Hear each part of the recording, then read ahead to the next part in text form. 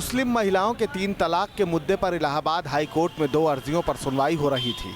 इसके दौरान high court ने कहा कि 3 तलाक क्रूरता है, ये मुस्लिम महिलाओं के संवैधानिक अधिकारों का हनन है। कोई भी पर्सनल लॉ बोर्ड संविधान से ऊपर नहीं हो सकता, यहाँ तक कि कोर्ट भी संविधान से ऊपर नहीं हो सकता। मुस्लिम औरतों को पुराने रीति रिवाजों और सामाजिक निजी कानून के भरोसे नहीं छोड़ा जा सकता। हाई कोर्ट ने यह टिप्पणी बुलंदशहर की हिना नाम की महिला की अर्जी पर की। 24 साल की हिना की शादी 53 साल के शख्स से की गई थी और बाद में उन्हें तलाक दे दिया गया। 3 तलाक गैर संवैधानिक है, इसलिए इस पे पाबंदी लगना जरूरी है। आज इलाहाबाद कोर्ट ने जो बात कही है, इससे हमारा जो मैटर सुप्रीम कोर्ट के सामने हमारी जो याचिका है उसको मदद मिलेगी। हालांकि मुस्लिम पर्सनल लॉ बोर्ड का कहना है कि 3 तलाक का नियम पर्सनल लॉ है और कोर्ट इसमें बदलाव नहीं कर सकती। All India Muslim personal law board की लीगल कमेटी उसको स्टडी करेगी और उसके मुताबिक उसके खिलाफ अपील करेगी। जहां तक कानून तलाक या ट्रिपल तलाक के अनकॉन्स्टिट्यूशनल होने का सवाल है, तो जितना थोड़ा बहुत कॉन्स्टिट्यूशन को हम लोग समझते हैं, उसके मुताबिक हमारे मुल्क के कॉन्स्टिट्यूशन ने हमें ये पूरा हक और इख्तियार दिया है कि हम अपने मज़हब पर अमल करें।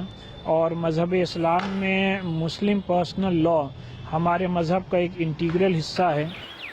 3 तलाक के मुद्दे पर सुप्रीम कोर्ट में भी मामला चल रहा है, जहां इस कानून को महिला विरोधी, गैर बराबरी वाला और महिला अधिकारों के खिलाफ बताकर चुनौती दी गई थी, जिस पर नोटिस का जवाब देते हुए केंद्र सरकार ने कहा कि 3 तलाक, निकाह हलाला और एक से ज्यादा शादी जैसी प्रथाएं इस्लाम की अनिवार्य धार्मिक प्रथा नहीं है।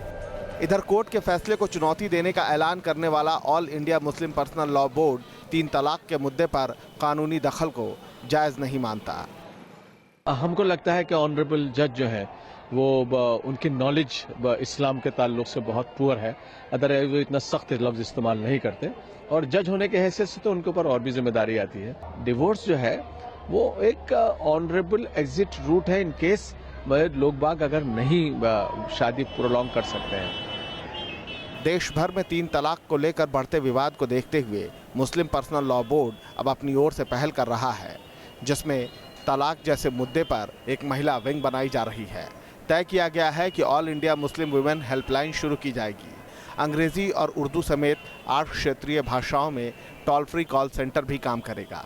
मुस्लिम पर्सनल लॉ बोर्ड की कोशिश है कि 3 तलाक जैसे मुद्दे कोर्ट तक ना पहुंचे। इलाहाबाद से मानवेंद्र सिंह के साथ टीम न्यूज़ नेशन। मेरे से चर्चा करने के लिए मौलाना आमिर रशादी मदनी, मौलाना शमून कासमी, साफिया अख्तर, आप कन्वीनर है भारतीय मुस्लिम महिला आंदोलन जिन्होंने ये आंदोलन शुरू किया है, हसीना खान, प्रोफेसर संगीत रागी। मौलाना रशादी, अगर हाई कोर्ट कह रहा है कि साहब ये असंवैधानिक है, ये तो महिलाओं की, मुस्लिम महिलाओं ने खुद इस आवाज को उठाया कि साहब हमारे अधिकारों का हनन हो रहा है, कम से कम उनकी आवाज को तो सुनना चाहिए पर्सनल लॉ बोर्ड को।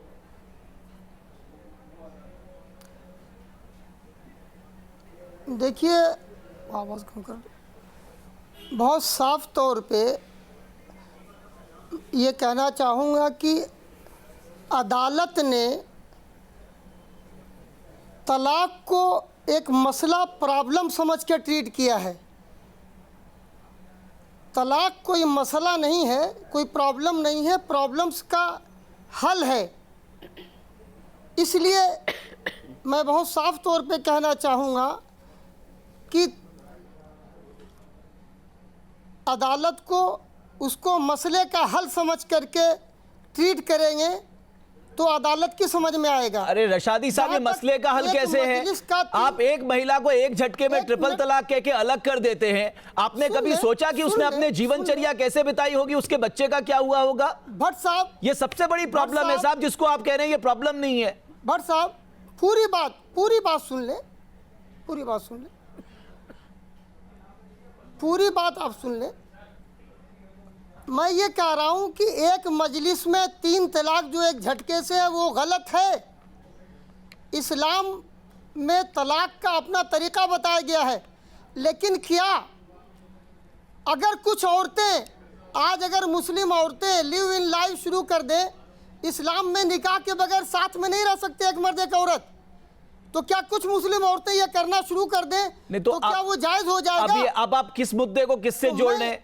आप लिव इन रिलेशनशिप को ले आए बीच में। मैं तो कह आपसे रहा हूं, ये आपने पूछा बात जा तो रहा है कि मुस्लिम औरतों ने 92% उठाया है। महिलाओं ने कहा मुस्लिम ट्रिपल औरतों ने- तलाक हमारे अधिकारों का मुस्लिम उल्लंघन औरतों है। ने- अब अगर आप ये दलील दें, अगर Muslim personal law board supreme court में ये दलील दे कि अगर ट्रिपल तलाक को बंद कर देंगे तो महिलाओं की हत्या कर दी जाएगी, उन्हें जला दिया जाएगा, उन्हें मार दिया जाएगा, ये दलील क्या आपकी सुप्रीम कोर्ट सुनने वाला है? मैं जो ये कहना चाह रहा हूं, आप मुझे बोलने दें, आप मुझे कहने दें। जो सीधी बात, वो आवाज बंद करो जी। मैं ये बात आपसे कह रहा हूं कि तलाक एक मजलिस में 3 तलाक गैर इस्लामी तरीका है। जैसे कत्ल करना गुनाह है, लेकिन अगर कत्ल हो जाए तो कत्ल होगा कि नहीं होगा? तो तलाक तो हो जाएगा, लेकिन यहां पर सजा होनी चाहिए। ओके, एक मजलिस में जो 3 तलाक दे, ओके रशादी साहब, उसको मैं सजा आपका का भाव समझ प्रावधान लाना गया। चाहिए। साफिया अख्तर, आपको लगता है ये मदद करेगा आपको? ये ऐतिहासिक निर्णय है अपने आप में और आप लोगों के पक्ष में जाता है।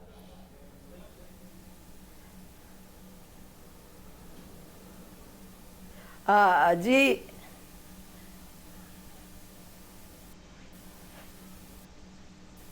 जी, मैं सबसे पहले तो अभी मेरे भाई ने जैसा कि कहा कि ट्रिपल तलाक कोई मसला नहीं है, ये बहुत बड़ा मसला है और ये औरतों की जिंदगियों से वाबस्ता मसला है, जिससे औरतों की जिंदगियां बर्बाद हो रही हैं। उन्हें सबसे पहले ये सोचना चाहिए कि ये बहुत बड़ा मसला है। मैंने तलाक कोई मसला नहीं नहीं, देखिए आप पहले मुझे बोलने दीजिए, आप मुझे बोलने दीजिए। अभी मेरी बात पूरी नहीं हुई है, अभी मेरी बात पूरी नहीं हुई है, प्लीज।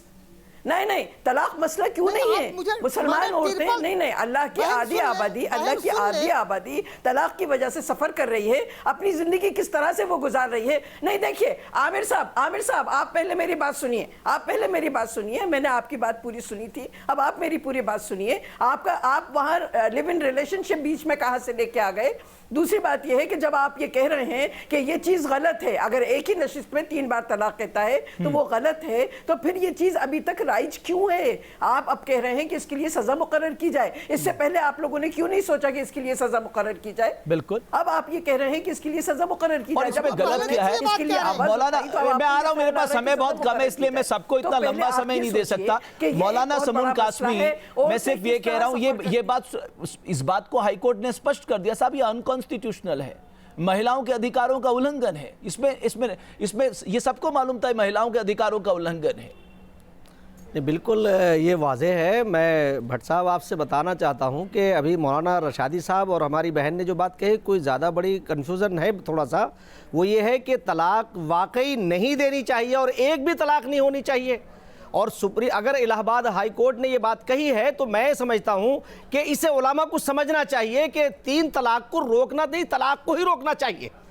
हमारी ये तलाक जो देने का अनर्गल जो तरीका है कि जैसे कोई मर्डर कर देता तो फिर कहता है इसकी गर्दन हाथ में, साहब ये मैंने तो धोखे से गलती से कर दिया। गलती से भी क्यों किया? आपने एक लड़की, एक खातून की, एक औरत की जिंदगी को बर्बाद किया, उसे सजा मिलनी ही चाहिए और इसके ऊपर पाबंदी लगनी ही चाहिए कि उसकी तलाक देने का, जब वो तलाक देता है निकाह के वक्त 2 गवाह होते हैं, उसका इंप्लीमेंट होना चाहिए और जो कॉन्ट्रैक्ट है उसे बाकायदा तौर से उस मायदे को लागू कराना चाहिए। और ये मुस्लिम पर्सनल लॉ बोर्ड की जिम्मेदारी थी कि मुस्लिम महिलाओं को ताकत देगा, ये फैसला मुस्लिम महिलाओं को ताकत देगा। समून साहब जी, बीजेपी में रहने का मतलब ये नहीं है कि आप जो है इतनी वफादारी करें। मौलाना, मेरा कहने का मतलब ये है कि अगर आज ये नहीं है, बिल्कुल नहीं, आप गलत कह रहे हैं। आप इस चीज को वाज़ेह समझ लीजिए, आप गलत कह रहे हैं। इसका कतई तौर से तलाक मसला नहीं है, गैर इस्लामिक मसले क्या है? 3 तलाक देना गैर इस्लामिक है तो इसे रोकेंगे कैसे आप ये बड़े बड़े टैग डाल करके जो फायदा उठाने की कोशिश करते हैं। आज ये महिलाएं क्यों हुई, आज ये खवातीन क्यों मजबूर हो गई मैदान में आने के लिए? यानी ये मैदान में आने के लिए क्यों मजबूर हो गई? आपने क्यों इस सोसाइटी को ठीक किया? आपको सोसाइटी को ठीक करना चाहिए था या नहीं? ये बड़े तमगे लेकर जो लोग घूम रहे हैं, रशादी साहब एक मिनट, हसीना खान जी आपको ताकत मिलेगी इस पैसे, इसे किसी पार्टी से मत जोड़िए, इसे किसी रशादी साहब जोड़िए। एक मिनट सर, बुराइयों को दूर करने की बात हसीना करिए। खान साहब आप जवाब दीजिए, हसीना खान जी आप जवाब दीजिए।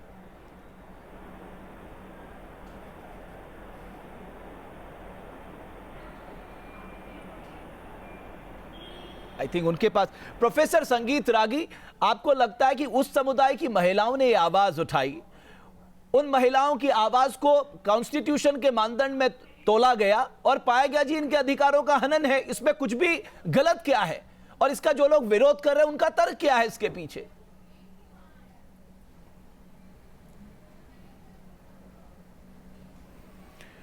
देखिए, जो लोग इसका विरोध कर रहे हैं उन्होंने न तो संविधान पढ़ा है और न ही उनको मॉडर्न ज्यूरिस्प्रूडेंस में विश्वास है।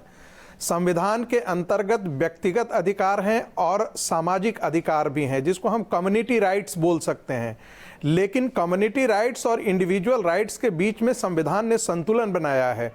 यदि व्यक्ति का उसका व्यक्तिगत अधिकार के आड़े यदि सामुदायिक या कम्युनिटी राइट्स आता है तो संविधान इंडिविजुअल राइट्स को वरीयता देता है। और मुझे लगता है कि इलाहाबाद का हाई कोर्ट का जो जजमेंट है वह प्रियम्बल के जो अंदर जो दिया गया है कि यह जेंडर के बियॉन्ड जो इक्वालिटी प्रिंसिपल है, जो फंडामेंटल राइट्स के अंदर जो है आर्टिकल 14 के अंदर है, आर्टिकल 15 के अंदर है, और जो प्रियम्बल के अंदर जो राइट्स, इंडिविजुअल राइट्स जो लोगों को मिले हैं उसके संदर्भ में इसको पूरे को देखने की जरूरत है। हसीना खान जी, जब 22 देश यानी 22 मुस्लिम कंट्रीज ट्रिपल तलाक को हटा चुके हैं, तो क्या भारत में जो मुस्लिम समुदाय है वो इसके लिए तैयार क्यों नहीं हो पा रहा है?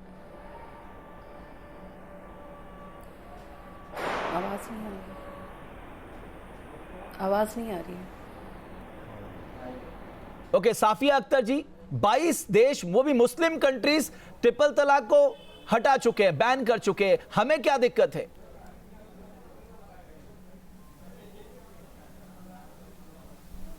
जी, हमें असल में दिक्कत यह है कि हमारे जो मजहबी रहनुमा हैं वो अपनी बात पे अड़े हुए हैं कि यहाँ 3 तलाक इस तरह से दी जा सकती है। तो सबसे पहली बात तो ये है कि मुस्लिम पर्सनल लॉ बोर्ड, जिसकी कोई लीगल वैलिडिटी नहीं है, हम मुस्लिम पर्सनल लॉ को बिल्कुल नहीं मानते क्योंकि वो पूरी तरह से पैट्रियार्की है। वो मर्दों के हक में फैसला करता है, उसने तमाम मर्दों को आज़ादी दे रखी है कि वो जिस तरह चाहे तलाक दें, जिस तरह चाहे शादी कर लें, या मेहर दें या न दें, यानी ये तमाम चीज़ें।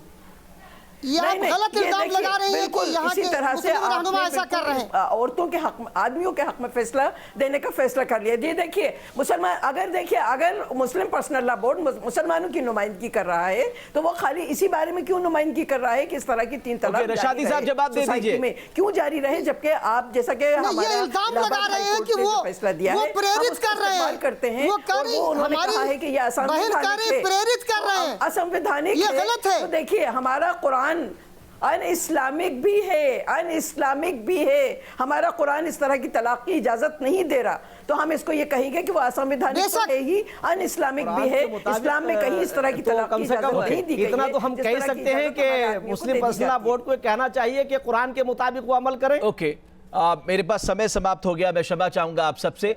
इस खास पेशकश में बस इतना ही।